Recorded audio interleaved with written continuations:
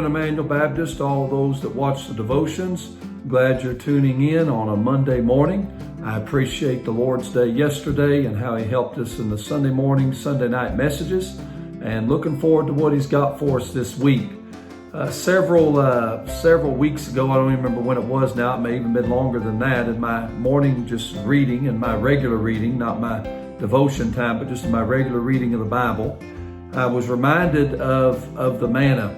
In Exodus chapter number 16 and verse number 12, the Lord talking to Moses said that He had heard the murmurings of the children of Israel and how they needed bread and needed meat. And God said, here's what I'm going to do. He said in verse 13 of Exodus 16, He said, it come to pass that even the quails came up, they covered the camp, and He fed them. But then in the morning, the dew lay round about the host. In verse 14, and when the dew that lay was gone, behold, upon the face of the wilderness there lay a small round thing, as small as the hoarfrost on the ground. And when the children of Israel saw it, they said one to another, it is manna, for they wist not what it was. And Moses said unto them, this is the bread which the Lord hath given you to eat.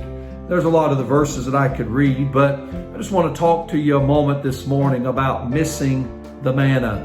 Missing the manna. Just a couple things that I noticed in our passage. First of all, the manna was every day. Every morning, God put the manna out with the dew, and when the dew was gone, the manna stayed. And can I tell you, the Bible lets us know in John chapter 6, verses 31 through 35, in that great discourse by Christ, that manna is a Christ. He is the bread of life. And so that manna represents Christ. And can I tell you, Christ desires to have fellowship with us every day.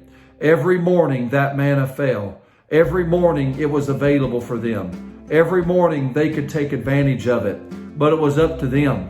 And can I tell you, what the Lord has for you today may not be available tomorrow. If you know the story of the manna, they got it that morning, but it was only good for that day. If they tried to save it, it would rot and stink and mold, except on the day before the Sabbath.